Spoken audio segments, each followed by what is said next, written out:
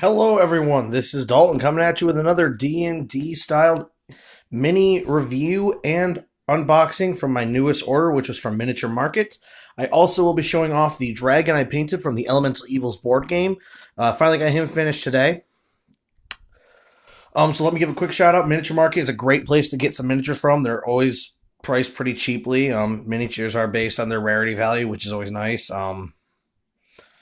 And the great thing is you can get some of those older minis. So if you want something really old to spice up your game, they have it. And they have some of the cool old stuff too, like older versions of dragon models, which are nice. And anyway, so I also have a Twitter handle. I'm at O1Berserker. Follow me on Twitter or send me a message. Anyway, let's get started here. First up, we have the stone golem here. Very nice, like hand detail there. Like obviously he's a 5-fingered golem, unlike most of the others. They're more like just kind of monstrous style golems. He actually has like, humanish anatomy going there. Nice, like detailed, a very well detailed face.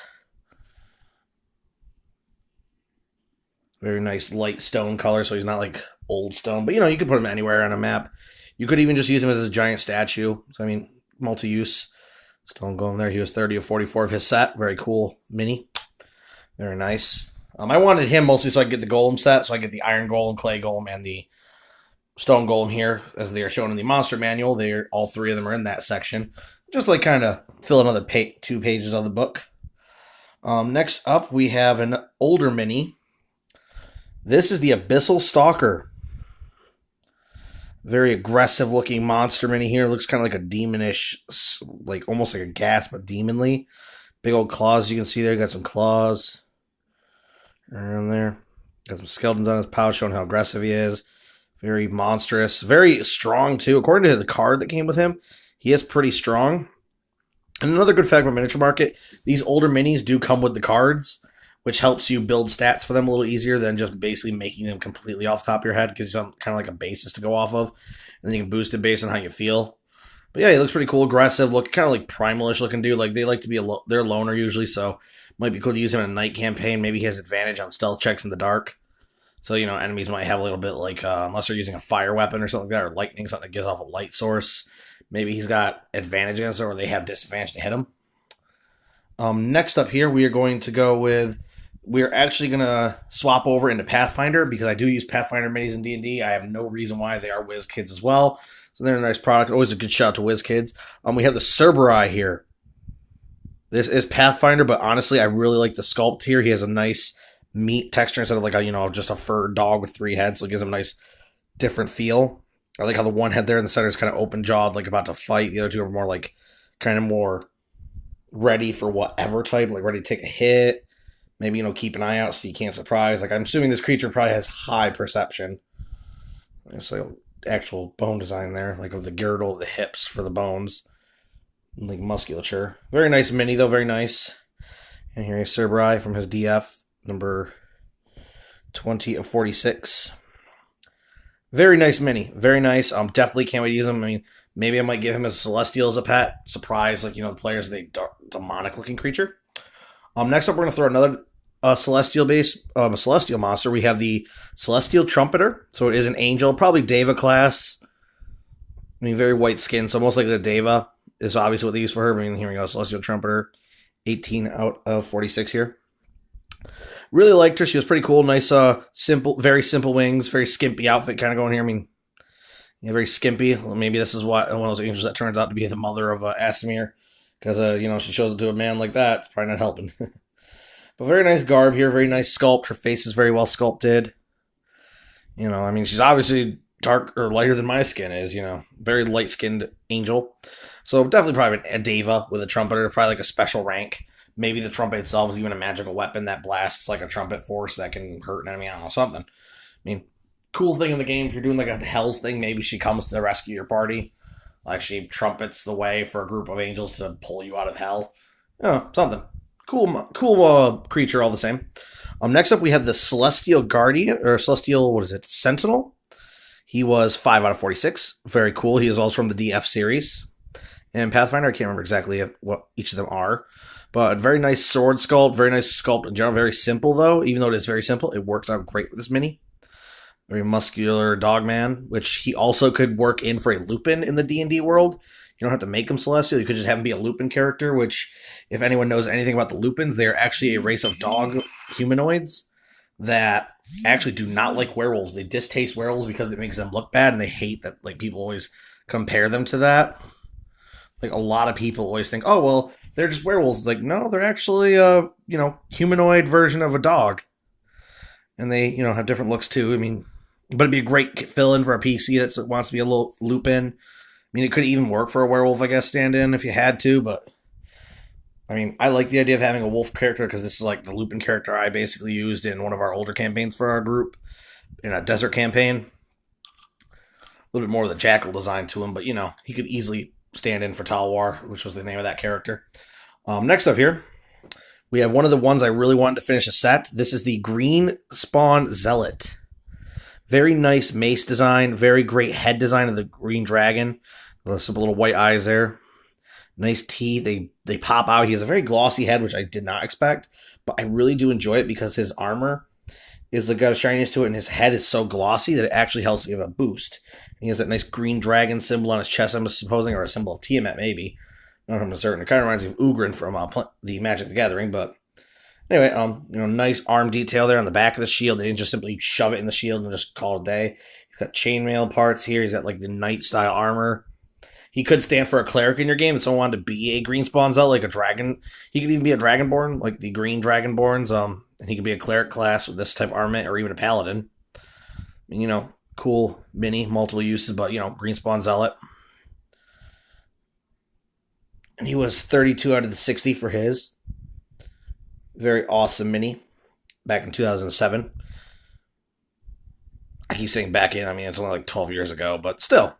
Cool mini. Grateful to have him. It helps boost my spawn mode. And this is going to be the last of the miniature market order. And that is this bad boy right here, the red spawn. I was so happy to get the red spawn Fire Belcher. He's not in stock often through miniature market, but you always keep a lookout for them. Eventually they will be. A great large class mini. I like his greenish, yellowish eyes. They have a nice effect to give him like this aggressive primal feel to him as well. I mean, very awesome mini. If you can see here, red spawn Fire Belcher was number 52 out of 60. They are chaotic evil. Normally, he was a year older than the Zealot there, but, very great. This is, I think, more of the bestial spawn. He's one of the few bestial spawns. I think there was the green spawn Razor Fiend. I have him, the green spawn and blue lizard, or the blue lizard. How was it? I think it was just like blue lizard. And the ambusher. Those are all the primal bestial versions of the spawns, but I have all those now. He is the last spawn I pulled out of the box, so he's the last spawn to complete my set. Really glad I could snag him. He's in great detail, great shape. Nothing really wrong with him. I mean, all these minis are probably subject to maybe a little bit of a cleanup for me. I always do that with all my minis just to be safe. And that's just me being paranoid. But, very awesome mini here. Nice detailage all over the scaly body of a lizard. It could be even a mount for your game if you wanted to really make him special, like make him a mount for a knight who's showed his power over reptile, power over the dragon kind. Very awesome mini. Definitely not disappointed with him at all. And that's all those. Now we're going to get on to the final bit here. We have this awesome black dragon. Move these guys a little bit over here. There we go. Still kind of in the shot, but they aren't the main attraction at this moment.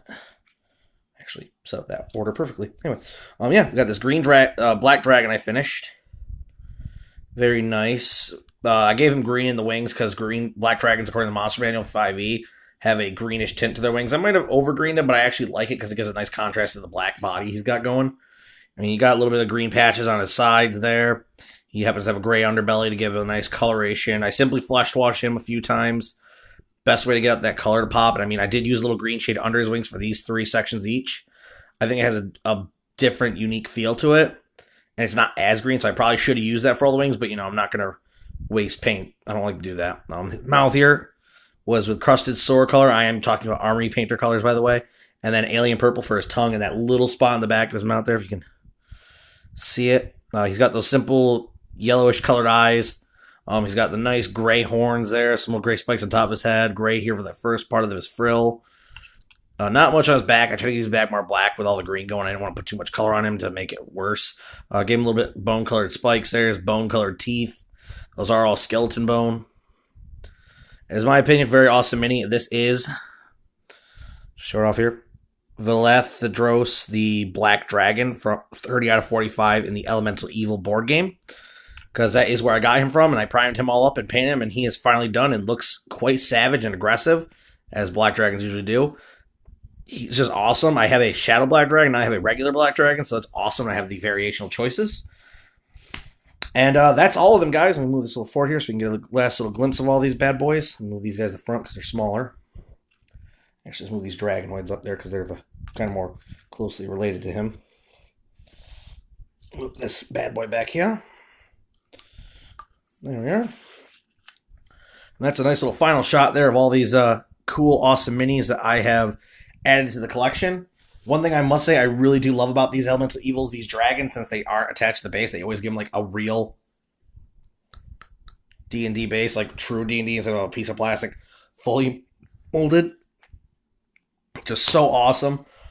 And anyway, keep in tune, guys. I might do some more miniature reviews or anything like that. Maybe I'll do a review on owlbears and give a quick little how I feel biology should go with them or something like that. But yeah, also check me out on Twitter. I'm at 01berserker. If you want to send me some messages, any emails, any ideas you might want me to try to do.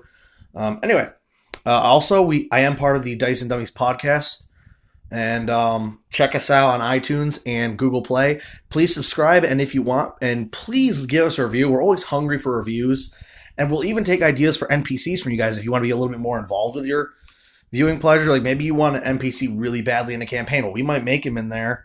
So give us an NPC, give us his race, his backstory a little bit, any scars or anything like that. Like you say you want a really seasoned veteran looking type guy, I mean, we can always pencil him into the game at some point or another.